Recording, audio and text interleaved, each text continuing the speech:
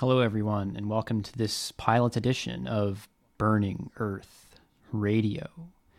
This is your host, Gerard Spring, coming to you from the subarctic. I'm here to tell you it's really quite crazy what's going on out there right now. We have so many issues that are so critical in our day and age, and it's imperative amongst each and every one of us to seek within ourselves that certain kind of light or that certain kind of truth.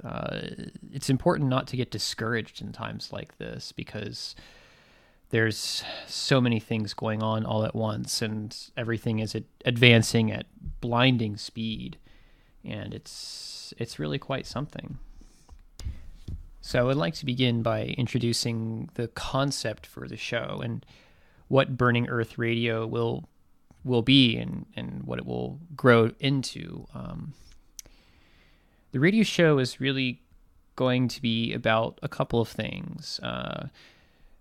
Overall, I'm going to be hitting on issues of climate change, abrupt climate change, social change, social engineering, psychology, psychological engineering, emotional engineering, all of various political turmoil that's going on in the world. And I'm going to do my best to keep pace with this as we move forward in time. And in the second aspect of the show, I'm going to try to present an uplifting message, a message that will inspire people to act, to become active in their communities, to open themselves up to new ideas, to expand themselves or expand their souls, so to speak, with thought. Because truly in this day and age, everyone, we are in a age which rejects thought almost entirely.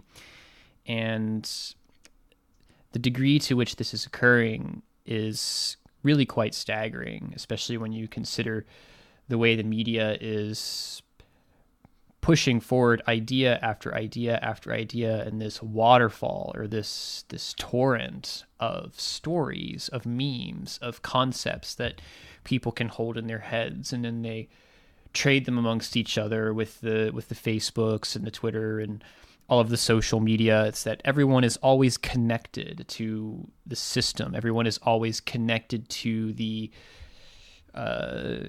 idiocratic social exchanges that determine so much of our behavior in this day and age.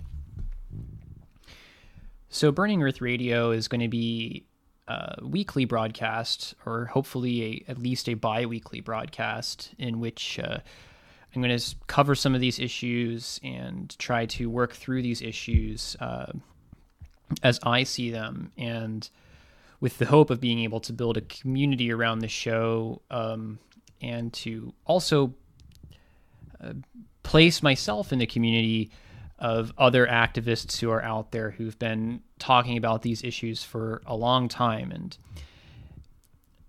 it's very important, I think, for each of us to contribute as much as we can to help to illuminate as many people as we can around us to these issues. Just if you can get that little spark of thought, that new idea in someone, that basic questioning that is so fundamental to being able to see from where things are coming and being able to wake people up and have them start to have their own injunctions as to issues with the system, and to try to create a new system, because that's ultimately what we need, folks. We need a new system. We need an entirely new system, because the changes that are coming down the pike are going to require such a radical alteration in the way that we think about ourselves, and in the way that we think about our societies, and in the way that we relate to our societies. What does it mean to be a member of society in a society that's crumbling? What does it mean to be creating a life for yourself on a planet which is in complete meltdown in so many ways, socially, intellectually, ecologically, So these are some of the issues I think that are really, really important. So the show will basically consist of two parts. It'll be an hour broadcast each week or every other week at worst. And in the first section, I'm going to try to cover some of the concepts or some of the ideas that I've been struggling with and that the alternative media has been struggling with. And in the second half hour, I'm going to try to propose solutions to some of these concepts. I'm not sure if it's going to be possible to hold to this, but I would at least like to try to work in this direction. So at this point, I'd like to give a shout out to a lot of the other people in the community who are working hard to expose these issues and get themselves out there and get their ideas out there on the internet and in alternative media. In particular, I'd like to give a shout out to Alan Watt at cuttingthroughthematrix.com for a lot of the work that he's been doing over the years regarding social engineering and particularly the structure of the system and a lot of the hypocrisy that's in the system. He does a very wonderful job at elucidating some of those issues for people, and I highly recommend his show. And I would also like to give a shout out to Max Egan over at the Crow House. And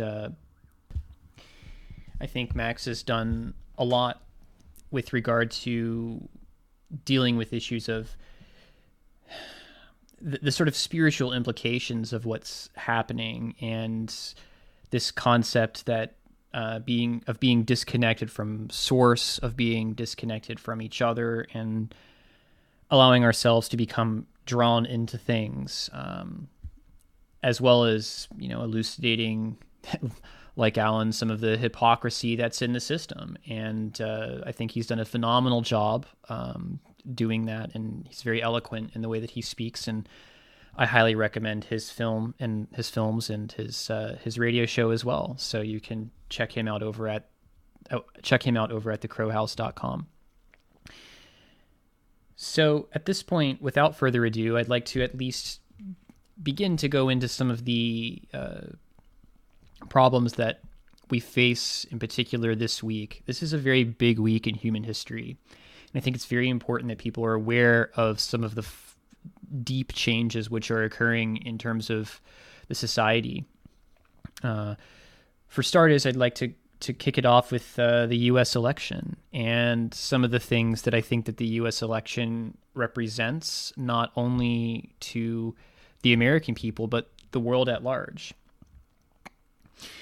The United States of America is, in a lot of ways, an organizing principle for global society, whether we like it or not.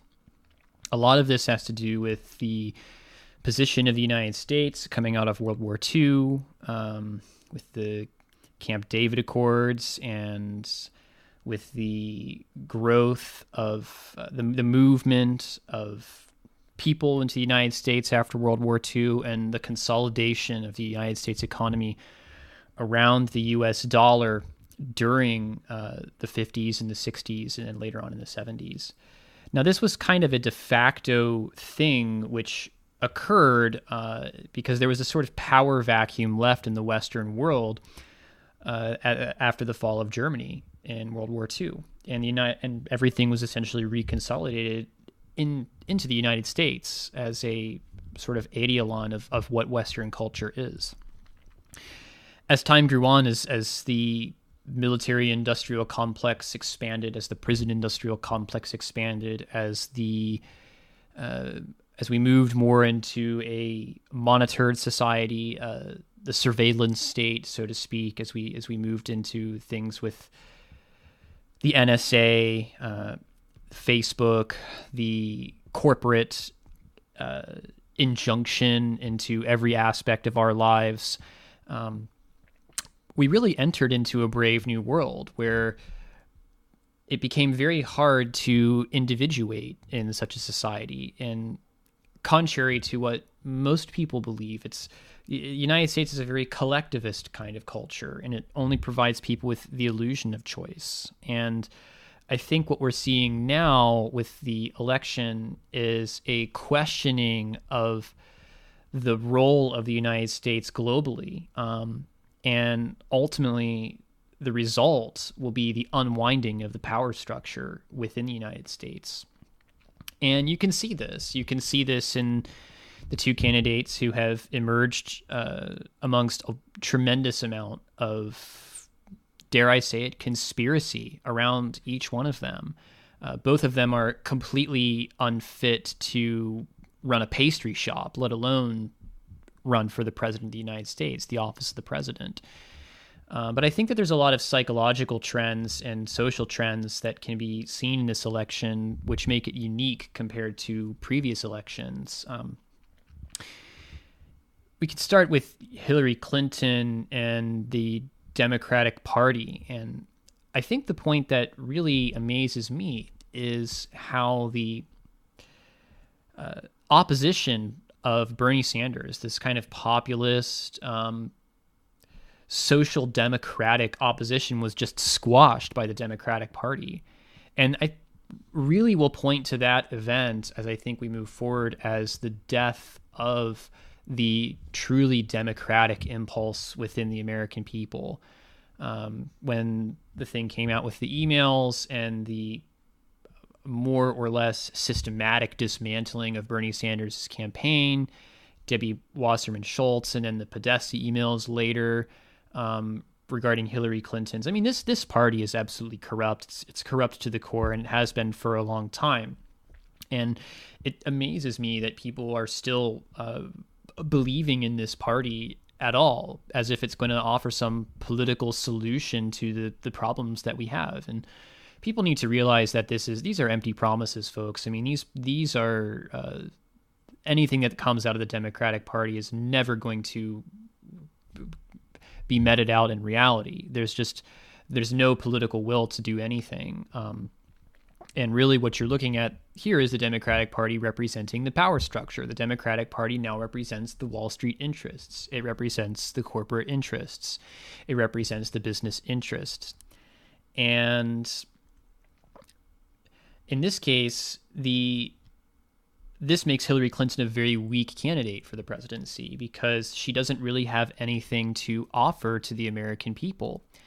And in that case, I think that people are recognizing the state of the country as being negative, as being ominous, and as needing a severe change. And they just do not see that in Hillary Clinton. And for very good reason. I mean, she's the wife of a former president. I mean, how ridiculous can it get? She was the Secretary of State. She's been involved in politics for over 30 years, and still nothing has come of it. She's been shown to lie. She's been, regarding issues in Yugoslavia and issues in Bosnia, she's outright lied about her experiences there. I mean, this is a very disingenuous person. This is a person who doesn't have any integrity and is really only looking out for her own benefit, which is, clearly obvious with the setup of the Clinton Foundation, which is worth at this point,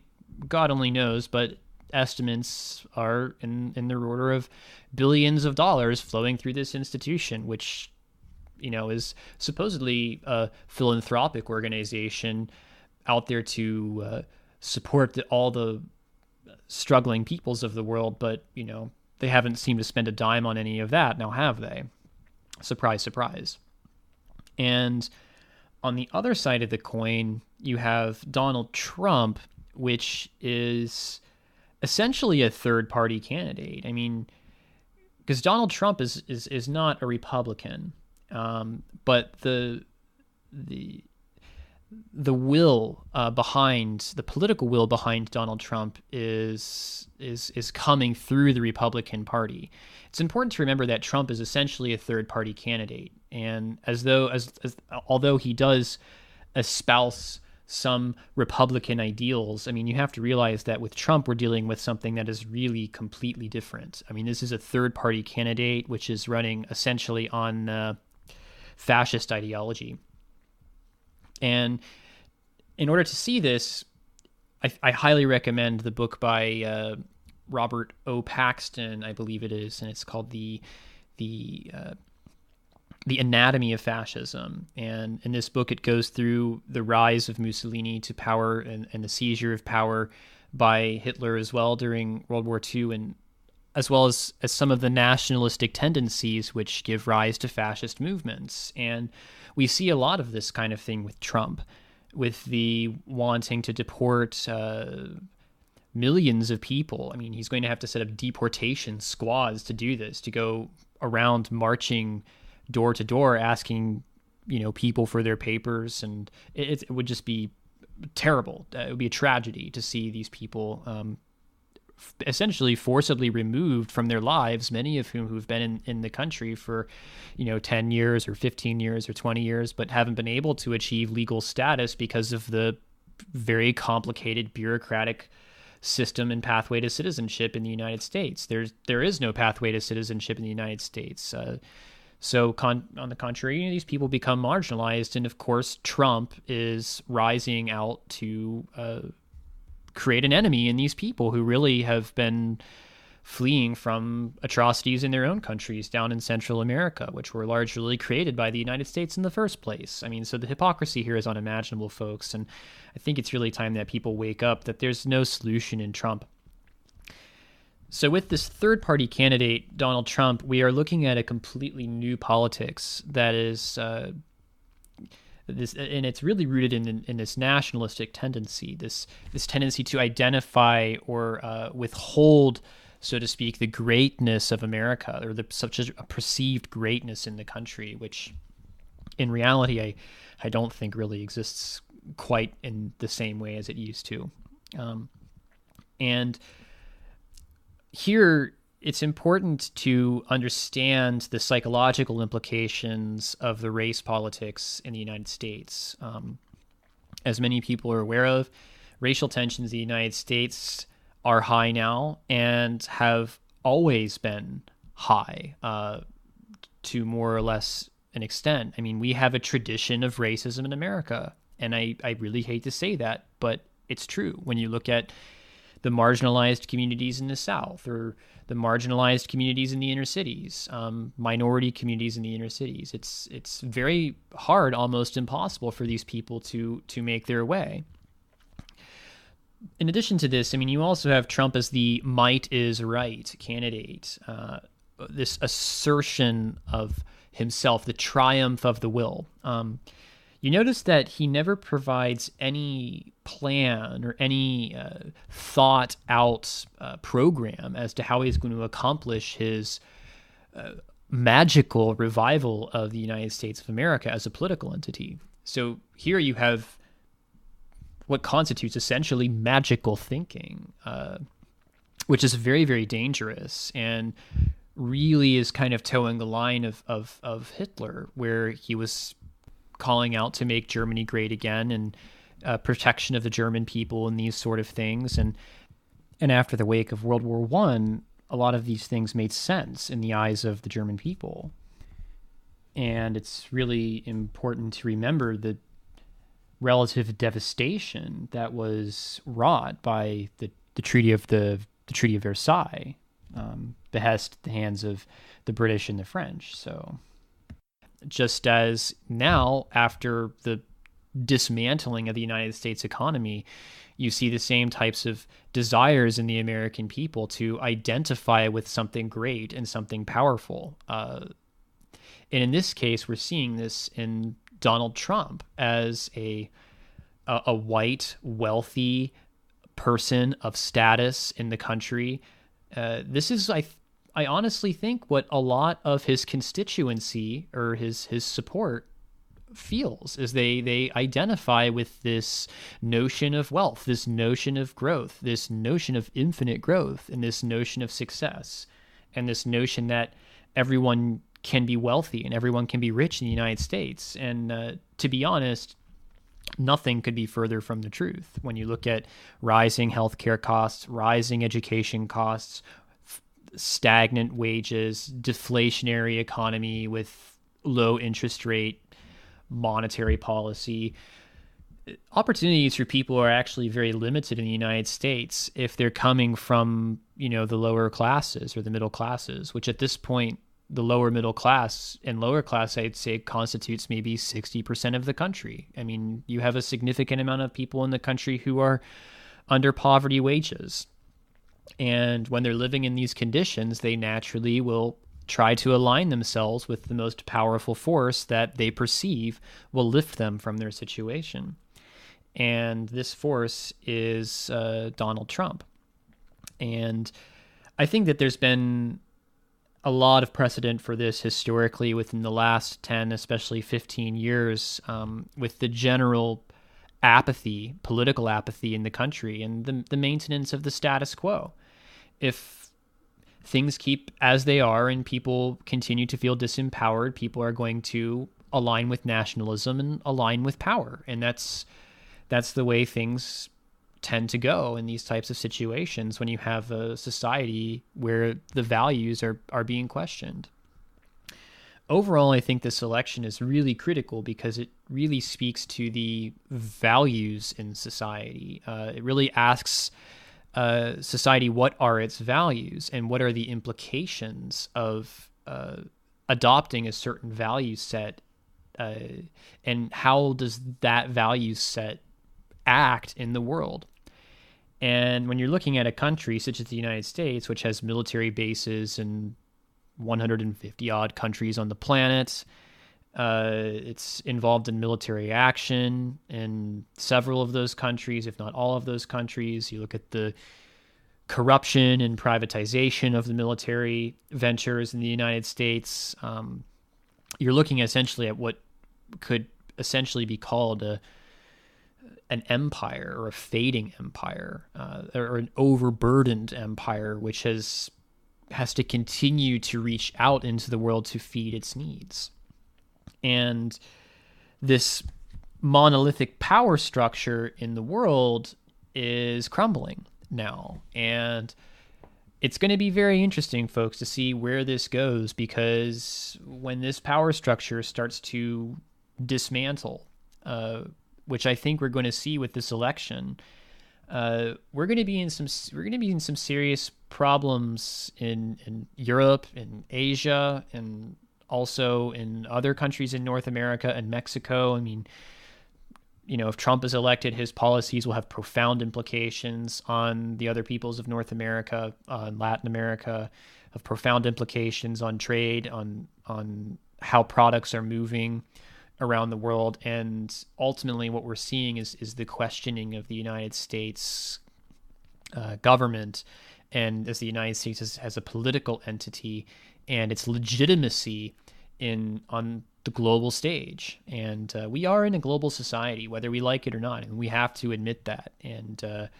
despite the nationalism, despite the all of the parroting of all the various politicians out there who are going to lift us up into felicity by virtue of their words alone, we are a connected global society, and we depend on each other as people. And it's really important to realize how the entire system is connected, and what happens in one area of the system ultimately percolates and propagates through the rest of the system. And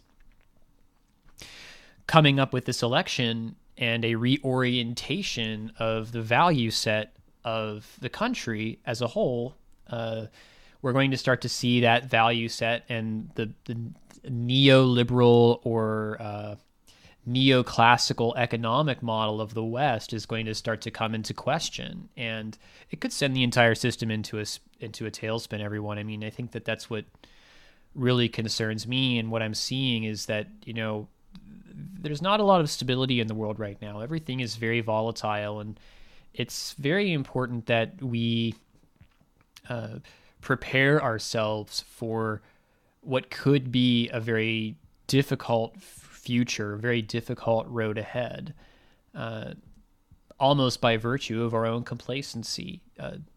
We can't get too comfortable in times like this, and for this reason, it's really important that we start to question ourselves and question our own value sets. How much are we deriving our value from the media and from the propaganda? Who are we, in essence?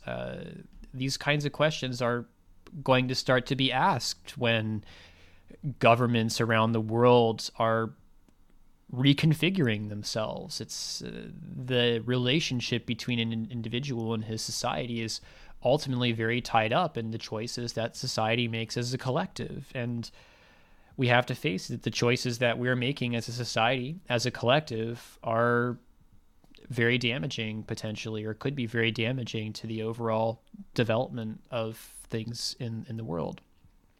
So I think it's about time for a break, everyone, and we will be back here in a few minutes.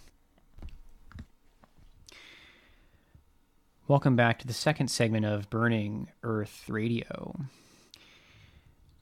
So with this election, everyone, I think it's really, really, really important to sort of strap yourselves in for a wild ride, because what is coming does not look good. I mean, a wide-scale destabilization of the United States would, in essence, be the catastrophe that everyone talks about. I mean, it would precipitate so many changes in the world so quickly that it would be very, very difficult to adjust to.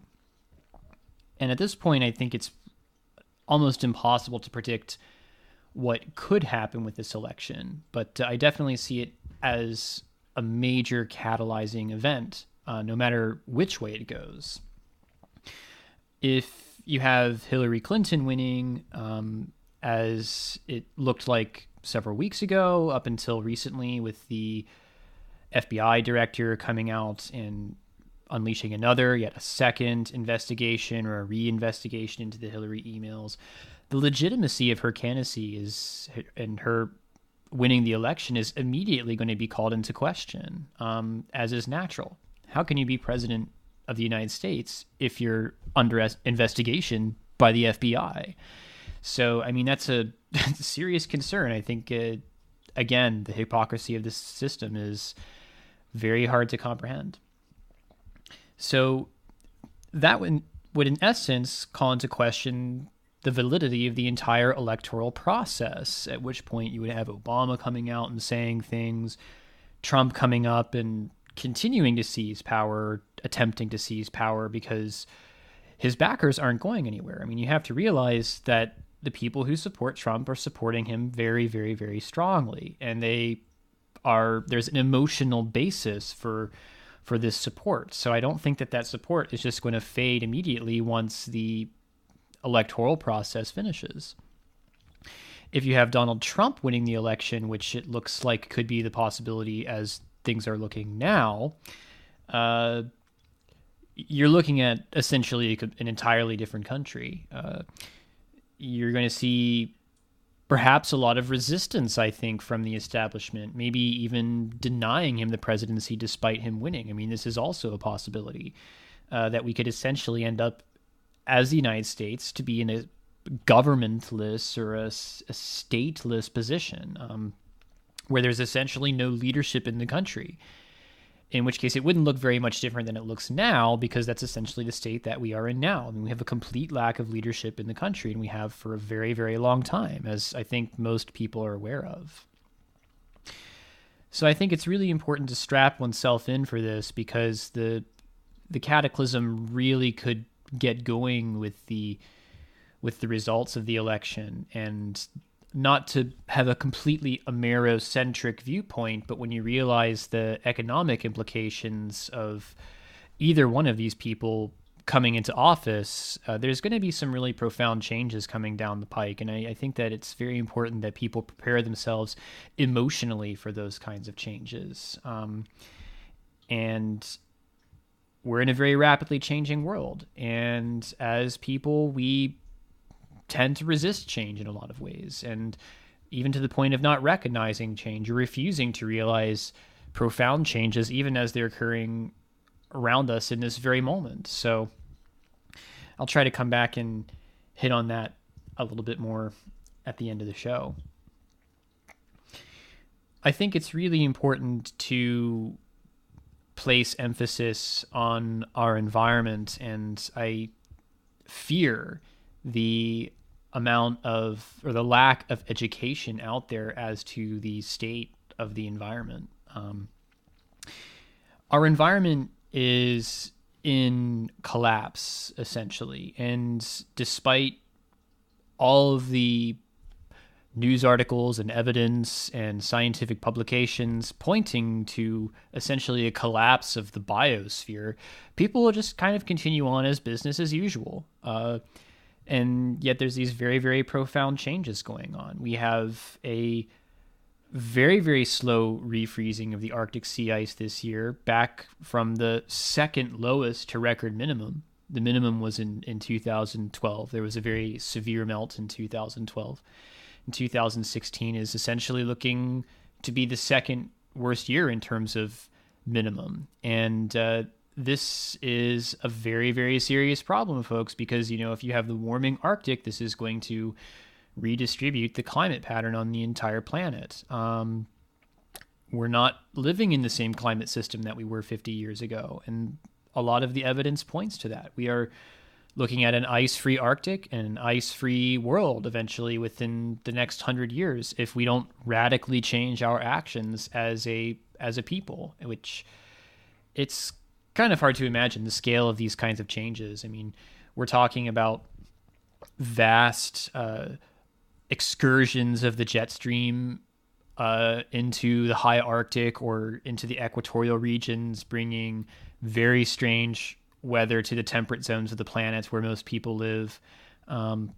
Almost everyone in the world, wherever they live, have noticed some demonstrable climate change. And despite this, it seems to be a non-issue politically, which, quite frankly, I find very disturbing because, the environment is real wealth. If we don't have an environment, we don't have real wealth. You can have all the money in the world that you can imagine as a society, as an individual, but if you don't have a good environment to live in, then that is not real wealth. So, as usual, it's just, let's push the status quo, let's push the status quo, let's push the status quo, let's ignore these problems. And you see this in the essence of the growth model, that we have to grow. Well, what does growth mean on a finite planet? How can you have growth infinitely on a finite planet? It's just not mathematically conceivable. It's not possible. So when you're talking about massive changes in weather patterns, when you're talking about massive changes in sea ice patterns, when you're talking about changing the chemistry of the atmosphere with methane and with nitrous oxide and huge amounts of CO2 and sulfates and particulates, this is an unimaginable scale change that has not been seen for the likes of millions of years on the planet, and we are going through it right now. And I think it's time that we, as a society, collectively question our values. It's unfathomable that we as a people, as a species, could actually alter the climate conditions of the planet, which affects all of our brothers and sisters, from the smallest plankton to the largest, most magnificent blue whale, riding up and down the meridians of the planet. If we damage our biosphere and if we damage our environment, then we are damaging ourselves, and we are really essentially signing our own death warrant or assigning our own death wish. If we don't have an environment, we don't have we can't have a society, we can't have a civilization. And this is particularly disturbing in the light of the election, I find, because on the one hand, you have these profound environmental changes going on, while at the other hand, you have a presidential election, which is essentially farcical. It's a farce. It's a very primitive form of comedy that people would entertain in this. And despite all of the psychological motivations and the emotional motivations and the social motivations, I mean, this entire election, as at its core, is misguided, and it really speaks, I think, to the general feeling of being distraught. People are almost completely out of touch with reality through the media. You have to look at how many hours a day do you spend at a computer. I spend quite a lot of my hours in front of the computer, and this is not reality in a way. I mean, we do it for work, we do it for a way to keep up socially, we do it so we can communicate, but I mean, in general, we are very, very out of touch with reality, and we have to also question the role of technology in creating that situation where we're out of touch with reality, because we engage in our emotions and we engage in our state of being through the technology. We maintain our relationships through the technology. We maintain our status in society through technology, and you have to at some point take a step back and question. It's like, wait a second, how much am I grounded in reality? How much am I in touch with nature? When was the last time that you went out for a walk in the forest? When was the last time you went out to the lake to just meditate on the birds and how the winds blow through the grasses and these sort of things? When was the last time that you got in touch with nature? It's very important to get in touch with nature, folks, because if we don't do it, then we essentially lose touch with ourselves, because we are our environment. We are our planet. And I think a lot of these changes that we're talking about reflect the state of humanity. We are in a very, very disconnected state. We are disconnected from source. What is it that ultimately motivates us to live in the world? Is it what gives us meaning in our life? Is it creating a position for ourselves in society? Is it maintaining our relationships with our families, with our friends? How do we maintain these relationships? And all of this ties into questions of environment and questions of the social structure as a whole. And going back to the election and the discussion on values, all of this ties into our values. And I think that people are very out of touch with their values in general. I think the vast majority of people out there are receiving their values through media on a scale which is unprecedented. Going back to this is the age of anti-thought, or the age of the denial of thought itself is becoming really, really apparent. How can you take a moment to think when there is a news story coming up every 5 minutes, and every 5 minutes the last news story seems almost obsolete? In fact, to really understand at least what's coming through the news system, or the media system, or the infotainment system, it's more or less a full-time job. I mean, you could sit there all day and easily comb through article after article after article, and before you know it, you would be 80 years old. It's completely possible to drain away months and months and months on trying to research and understand what's going on in civilization right now. And this immense complexity and this immense coming forth of information, I think, makes for a very volatile system, because it becomes very difficult to recall even what happened yesterday almost, let alone what happened a year ago or 5 years ago. The pace of things is changing so rapidly, and our value sets in a lot of ways in our emotional relatings might be a bit antiquated. It's almost as if the pace of society is transforming so rapidly, and there is a failure to adjust in a timely fashion to the changes that have been occurring. So, and you're seeing this with climate, and you're seeing this with the elections and the political changes going on. I think it's really important to comment on linear versus nonlinear thinking. It's especially relevant in times like this when things are changing so rapidly. As people, we naturally seem to have this ability to linearize things. It's, tomorrow will be approximately like today. Today will be approximately like yesterday. And, things aren't changing so fast. They're not changing at the rate, I would expect them to change at, I'm everything is okay. And I'm kind of adjusting linearly to how things are going on. We have essentially very little capacity to understand the types of changes we're going through right now as a civilization. And a lot of it has to do with the fact that we are just not equipped to handle exponential change. It's very difficult for the human mind to grasp exponential change. How can you have a steady population of a few million humans on the planet explode into 7 billion within the space of a couple of centuries? Yet all of it has this quality of sameness to it that is pretty unfathomable.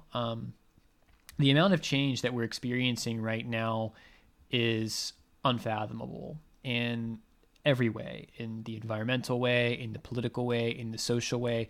We are absolutely lost in a darkness, a veritable sea of darkness, because we literally cannot predict the future in any way. We can't even feign a hypothesis as to what will happen tomorrow or 5 minutes from now. And this is, nonlinear thinking, the question of linear versus nonlinear thinking. When you think linearly, you tend to miss some of the more subtle things that can maybe amplify later in time. If you assume that, tomorrow I'm going to be going to work just as I was today, there's not going to be that much change, everything feels the same. If you live in the same place, for example, for years and years and years and years, it tends to limit you in terms of your ability to think nonlinearly, because that constancy essentially promotes linear thinking. When you're dealing with exponential change, which is the most nonlinear function that you can have, essentially, when you're dealing with exponential change, it's impossible for even the most informed, traveled, worldly person to make a reasonable projection of what's going to happen in the space of a couple of months. And this is especially difficult, I think, for young people or people who haven't established themselves quite in the world yet. I mean, we're talking a lot about millennials here, because things are changing so rapidly. It becomes very difficult for them to project out, and they have really no idea what their lives are going to be like. And there's going to continue to be these cataclysmic changes over the space of the next decade, even, due to problems with climate, due to political destabilizations, further political destabilizations, currency devaluations, currency destabilizations, as we ride through this exponential change that we've induced upon our climate, and as we try to cope with the exponential change that we have experienced as a population and as a world community. So I think it's very important to be aware emotionally, to prepare emotionally for the future, because I think that it's a very difficult future ahead for a lot of us as a community. And we are going to have to learn how to reach out to each other and rely on each other in ways that we are not accustomed to in ordinary society. We are going to have to relearn, in effect, how to form intimate relationships with each other, friendships, if you will, that are cooperative, because our survival will depend on seeing the value in each other. In an entirely self-centered, hyper-specialized type of economy, you end up in a situation where people may live very productive jobs, but they lack basic life skills. They don't know how to find their way on a map. They don't know how to find their way through nature, or they don't know how to have a garden and things like this that we depend on for our survival. So this hyper specialization, we're going to really need to break away from. We need to gain as many skills as we can, as quickly as we can, and we need to be emotionally prepared for a lot of the changes that lie in front of us. And in this regard, folks, I think it's time to take a moment out of every day to sit down and analyze and meditate upon your life and where you are going and why you have arrived in the place where you are and why you feel the way that you do about things. Because very quickly, that knowledge is going to be absolutely necessary. And you may have to prepare to find yourselves to be completely deluded almost daily, because of the pace of the changes that we are going through as a civilization right now and as a society right now. So being prepared emotionally is really the most important thing that we can do right now. In addition to preparing ourselves practically, positioning ourselves well, making sure that we have the resources to move if we have to move, being mobile, these kinds of things, being prepared to be flexible. Emotional preparedness is really central to the entire problem, and it will really dictate how we develop as a people and how we develop as individuals. So, reflecting back on this election that's coming up, it's very imperative to look at what is going on behind the scenes, what is going on underneath, where are the divisions in society, and what are the reasons for those divisions? How can we heal those divisions? Is it possible to heal these divisions? And in that, sometimes we will have to concede. We will have to accept the fact that we were wrong or that we made a mistake and be prepared to change. Because if we begin to dwell on the results and we begin to allow ourselves to become entrained in the result and the politics of the result, we are giving our freedom away. That is the true meaning of giving your freedom away. So it has profound implications. At this point, I think it's very difficult to predict the outcome, which may be by design. For all we know, that's entirely by design. And in either case, with either candidate, we are going to see some kind of serious change. With Hillary Clinton, my projection is a kind of grind out of the status quo. If she even manages to step into the presidency, if there's not a total breaking down of the political system around this election. And with Donald Trump, I think that you have to strap yourself in for a very rough ride, folks, because if you are under the illusion that this person is going to do anything positive, then you are living in a delusion, quite frankly. And it's time to wake up to that fact, and it's time to ask yourself some very serious questions about why you feel the way you do. So with that, folks, I'm going to wrap up this pilot edition of the show. Thank you all for listening. I will be, in the coming weeks, preparing a website and we'll be having a lot of posts on there about various issues, a lot of interesting things. So if you're interested in that, keep posted with the show, and that will be coming forth. So thank you again, and always seek to illumine yourselves and observe the currents which stir beneath you.